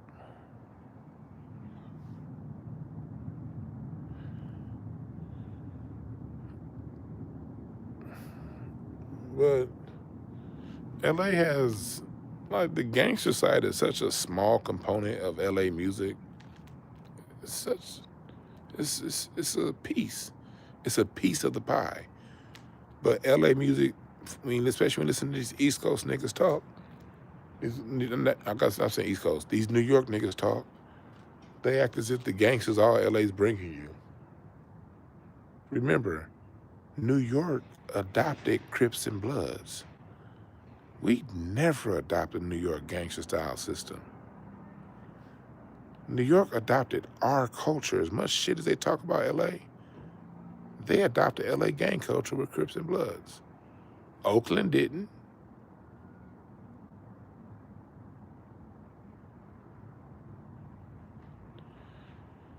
Yeah, King T is that dude. Yeah, it wasn't no LA nigga, man. We a black spade. That shit's corny. The fuck I mean black spade? Nigga, spade's already black. Why you gotta call it a black spade? Just call yourself the spades. Spade is already black. LA niggas are gonna be like, well, y'all the black spades? Well, shit, we the black clubs. The fuck we look like? New York the black spades, so we the black clubs. We the black diamonds. We the black hearts. Just corny to us.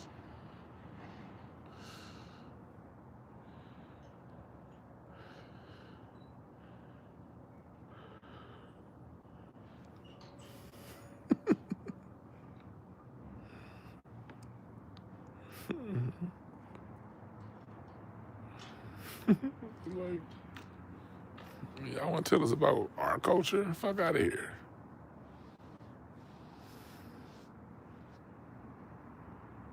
I don't know fucking black people, no goddamn Zulu Nation. Kendrick shouted them out on To Pimp a Butterfly. That's about as far as it got.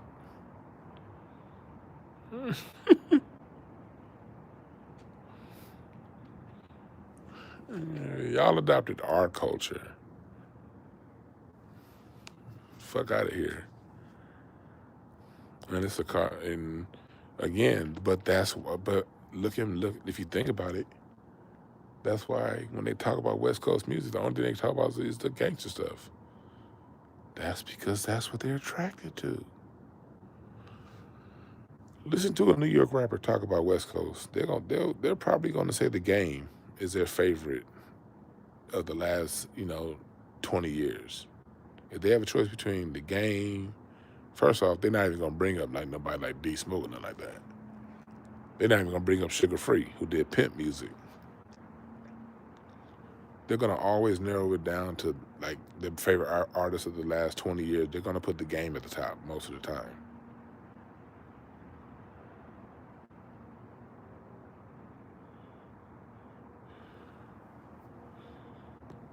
That's because that's what they're attracted to.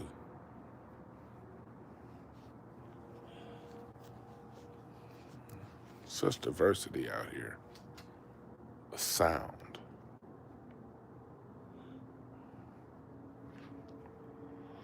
Oh, and I'm gonna get called a hater. So I gloves off. I don't know.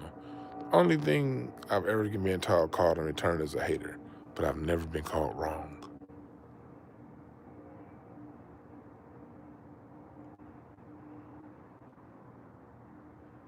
That's real talk, artist life.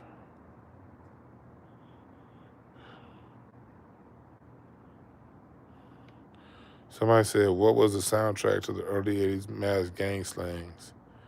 There were no mass gang slangs. It was crimes of proximity and drug dealings. Most of those slangs had to do with drugs. But I'm glad you asked that question, hold tight.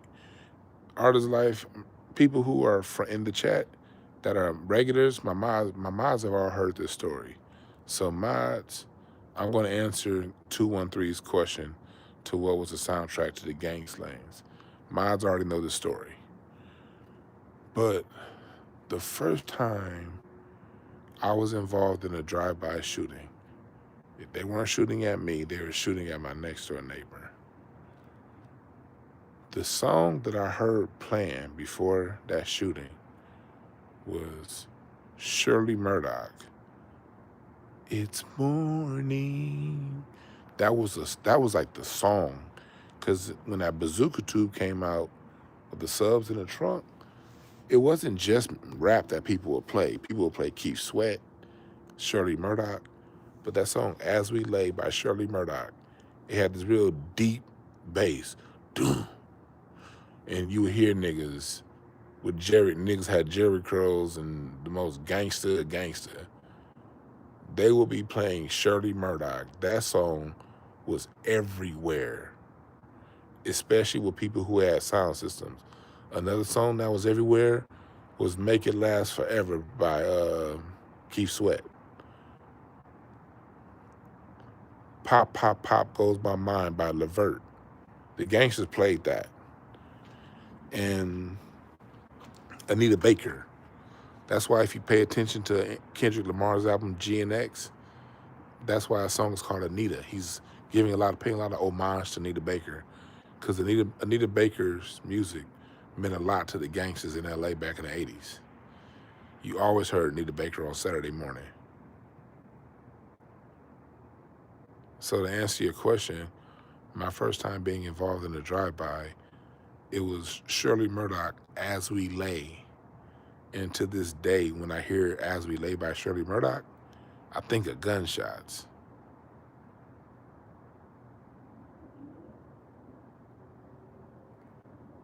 My mods have heard that story before. So 213, I hope that answers your question. What were the gangs listening to when they shot people up? My first experience, and I said first because I had a couple. My first experience, Shirley Murdoch was playing on the radio in somebody's trunk.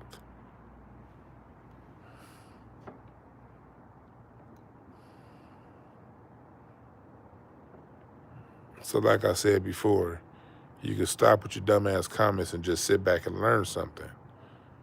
Because as you're typing and thinking of something to type, you're missing out on key information that you could probably use.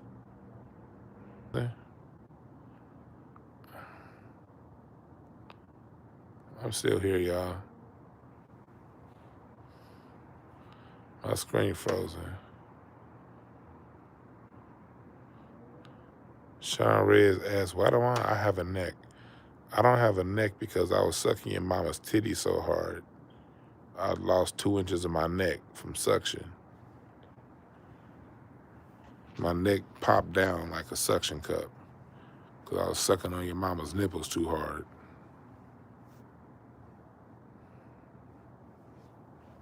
And it never recovered. But your mama now got 2-inch long nipples. Hopefully that answers your question.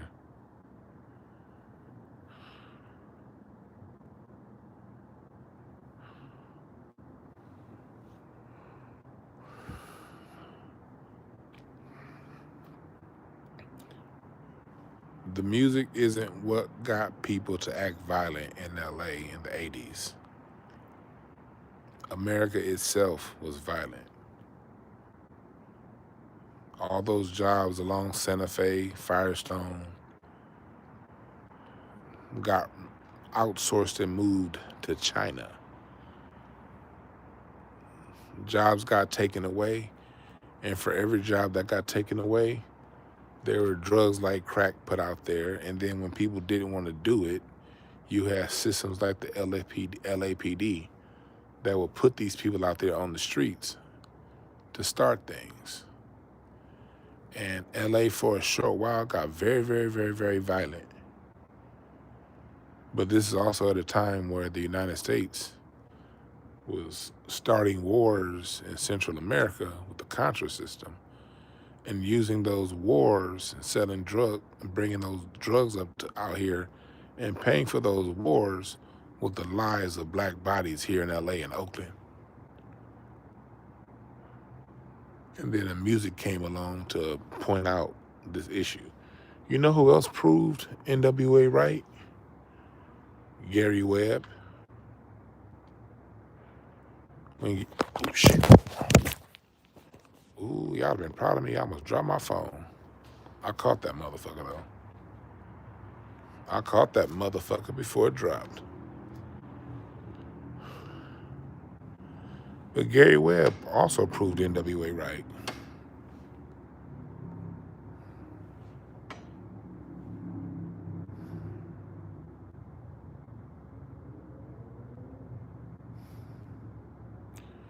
Who influenced me to learn so much about music? It's just, I don't know, it's natural. Me and my dad would always watch documentaries together, going back to when I was 5, and interviews. And I've always just loved music, interviews. So if I had any person that influenced me, it's my dad, but more so than that, just I guess it's natural. I'm curious.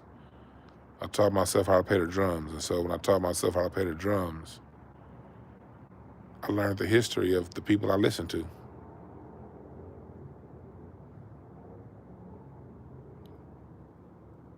You know, that's what got me into learning the history of music, because I'm a drummer. I had to learn the history of what I do, right?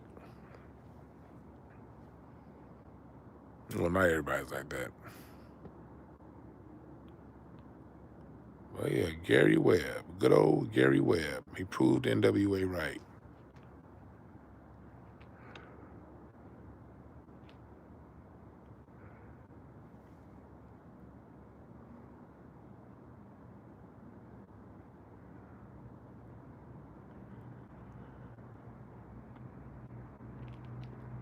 Yep, U.S. Steel, McDonnell Douglas, Northrop also, General Motors, Volvo, Honda was here too. The design, all that shit left L.A. And they all hired a lot of black people.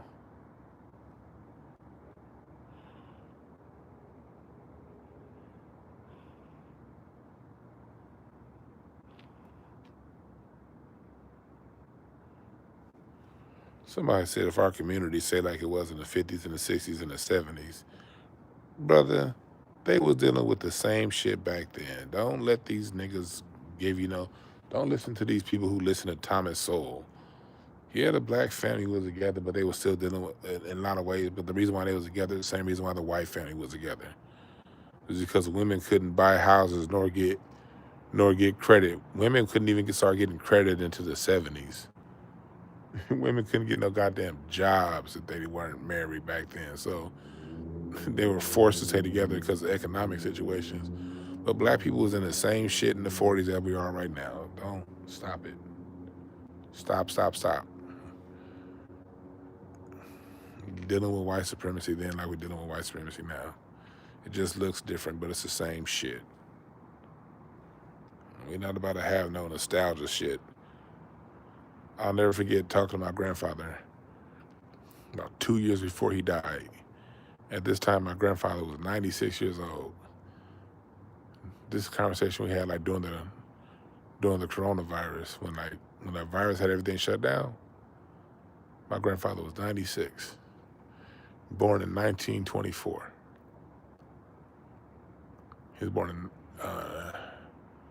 1924, and he moved to LA in 1937. And I asked him, I said, Poppy, you've been in LA since 1937. What's changed? I know you've seen a lot of progress. You know what my grandfather told me? He said, well, I moved this, he said, I bought this house in 1955 from a white man. So this neighborhood was white when I moved in. It was black for a little while. Then it was Mexican. Now it looked like it's starting to turn back white. What did my grandfather say that for? He said the only thing that changed was the demographics of the neighborhood. But how society is run, he was like, I was in, he lived through, my grandfather lived through FDR, through Eisenhower. He lived through Hoover, Kennedy, and he told me he stopped voting when he voted for Nixon. Because he said, as long as he's been living, it's all the same shit. The demographics may change. They may change on the surface level, how they talk to you, but you're dealing with the same shit. My grandfather made that very clear to me on a couple different occasions. He made that clear to me also when Obama became president. My grandfather told me, I was like, when Obama became president, I think at that time my grandfather was like he was in his 80s. I was like, Poppy, we got a black president. My grandfather was like, man, ain't shit gonna change. And I was like, I thought I knew better too. I was like, man, Obama, man, I'm a few years removed from getting my college degree. And I got a degree and everything. I'm thinking like, man, Poppy old. That's how them old people does. This shit about, man, it's gotta be something different. We got a black president.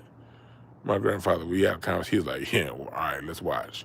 He said, I thought something was gonna change too when Kennedy got in office. He was like, I thought something was gonna change too when Nixon got in office. He said, ain't a damn thing gonna change. So fast forward to that conversation I had with my grandfather in 2020, a couple years before he died. I was like, Poppy, you was right. He was like, right about what? I said, you told me years ago that when Obama got in office, no matter what it looked like, it ain't shit gonna change. I'm like, you was right.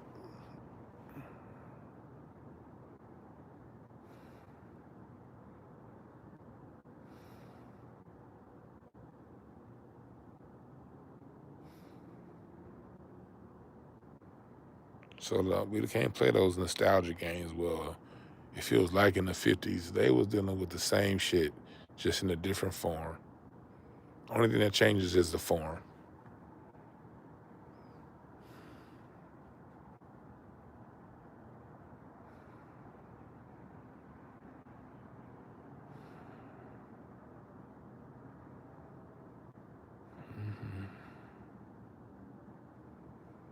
You dig?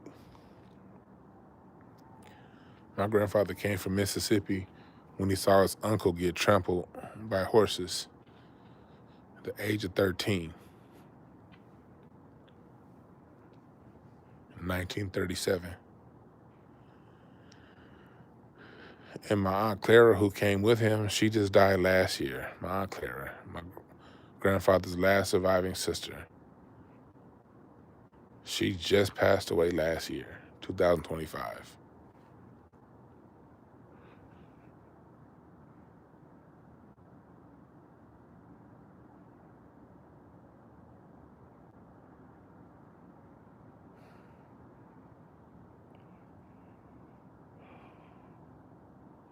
Hell yeah, I love our elders.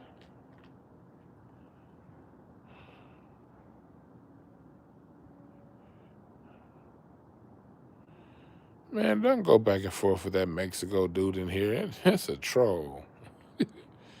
You ain't got to kick him out, but that's just a troll.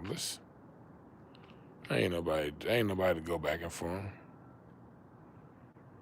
forth with. Yeah. If they say black folks stole something from them, then tell them, hey, you got the internet now. Whatever y'all think we stole, you have the access to. Now take it back and give us your version of Kendrick Lamar. Show us your version of Michael Jackson and Stevie Wonder and Duke Ellington, and then there won't be no debate. But there's no reason to debate back and forth with these people. They can say what they want, but until they produce their own version of Kendrick Lamar, it's not a conversation. Let the evidence speak for itself.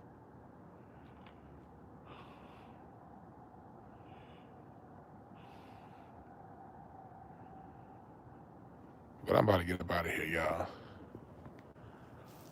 There's a reparations that was passed in Evanston, Illinois, where people started getting paid. 44 people got paid $25,000 in reparations.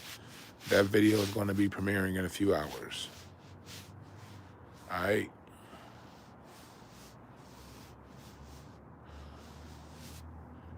Y'all have a good one.